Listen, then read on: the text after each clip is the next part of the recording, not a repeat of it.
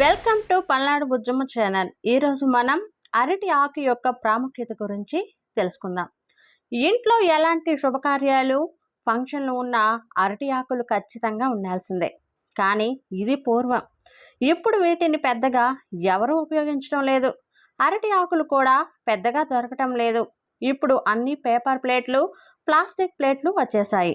కానీ అరటి ఆకులో భోజనం చేస్తే వచ్చే తృప్తే వేరు. అదొక సంతృప్తి. అరటి ఆకులో భోజనం చేయడం వల్ల చాలా రకాల లాభాలు కూడా ఉన్నాయి. ఇంతకు చాలాసార్లు వాటి గురించి తెలుసుకున్నాం. అరటి ఆకులో భోజనం చేస్తే కాదు, దక్షిణ భారతదేశంలో అనధిగా అరటి ఆకులో భోజనం చేయడం సంప్రదాయం. అరటి ఆకులో భోజనం అనేది కేవలం సంప్రదాయమే కాదు, శాస్త్రీయ కారణాల నుంచి జెనెటిక్ ప్రయోజనాలు కూడా ఉన్నాయి.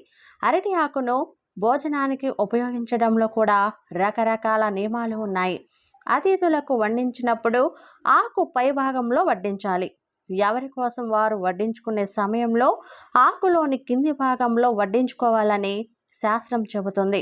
పూర్వకాలంలో ప్రతిరోజు అరటి ఆకులోనే భోజనం చేసేవారు. కానీ ఈ రోజుల్లో కొన్ని ప్రత్యేక సందర్భాల్లో మాత్రమే అరటాకు భోజనం చేస్తున్నారు. ఎప్పటికీ అరటి ఆకును భోజనానికి వినియోగిస్తూనే ఉన్నారు. మన పెద్దలు భోజనం కోసం అరటి ఆకును మాత్రమే ఎందుకు ఎంచుకున్నారో తెలుసుకుందామా? అరటి ఆకు సైజు చాలా పెద్దగా ఉండటం వల్ల వడ్డనకు చాలా అనువుగాను, తినడానికి సులువుగాను ఉంటుంది.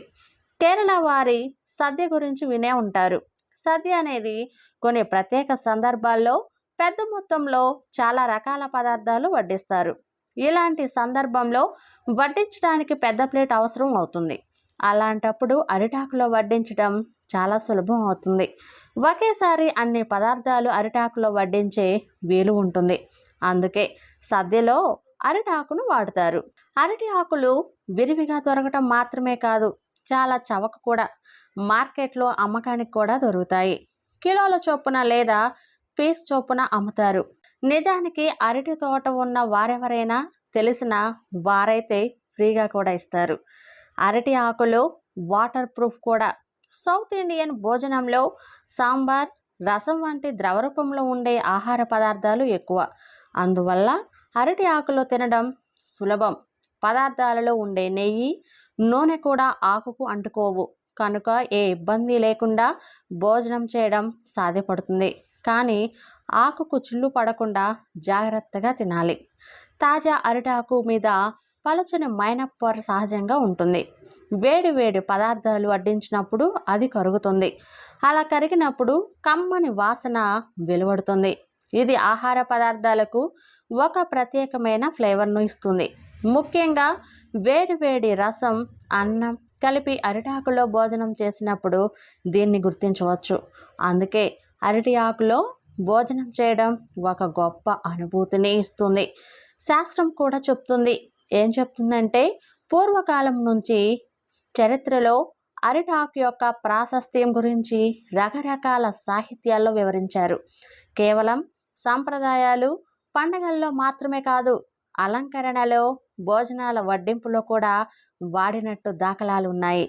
వ్యక్తిగతంగా ఎలాంటి క్రతువులు, పూజలు నిర్వహించుకున్నా కూడా అరటి ఆకులో భోజనం చేయడం గురించి ప్రత్యేకంగా వివరించారు. అరటి ఆకులో భోజనం చేయడం గురించి ప్రత్యేకంగా చెప్పారు. గ్రీన్ టీ లాగే అరటి ఆకులో కూడా యాంటీ ఆక్సిడెంట్ లక్షణాలు ఉంటాయి. అంతేకాదు, యాంటీ బ్యాక్టీరియల్ కూడా. అందువల్ల ఆహారంలోని సూక్ష్మజీవులను హరించి వేస్తుంది. అరటాకులో ఉండే యాంటీ ఆక్సిడెంట్ క్యాన్సర్ కణాలను హరిస్తాయని చాలా అధ్యయనాలు రుజువు చేస్తున్నాయి. అరటి ఆకు మనం తినకపోవచ్చు, కానీ తాజా అరిటాకులో వేడి వేడి పదార్థాలు తినడం వల్ల ఇవి మన శరీరంలో చేరుతాయి. డిస్పోజల్ ప్లేట్స్ రూపంలో చాలా వరకు ప్లాస్టిక్ను వాడతారు. ఇవి డికంపోజ్ కావడానికి సంవత్సరాల కాలం పడుతుంది. పర్యావరణానికి తీరని నష్టం వీటి వల్లే. కానీ అరటి ఆకులు ప్రకృతి సిద్ధమైనవి, విరివిగా లభిస్తాయి కూడా. ఇవి వాటర్ ప్రూఫ్ కావడం వల్ల వీటి మీద ఎలాంటి రసాయనాలు చల్లినా అవి ఆకుకు అంటుకోవు. కాబట్టి వీటి వల్ల హాని తక్కువ. వడ్డించే ముందు చాలా సులభంగా వీటిని శుభ్రం చేయవచ్చు. అరటి ఆకులను కొన్ని ఆయుర్వేద మందుల్లో కూడా వాడతారు. కొన్ని రకాల మందులను స్వల్పకాలం పాటు ప్యాక్ చేయడానికి కూడా వినియోగిస్తారు. చూసారు కదా, అరటి ఆకు వల్ల మనం చాలా ఉపయోగాల గురించి తెలుసుకున్నాం. అయితే మా వీడియో కనుక మీకు నచ్చినట్లయితే ప్లీజ్ లైక్ చేయండి, షేర్ చేయండి. Thank you for watching. Thank you.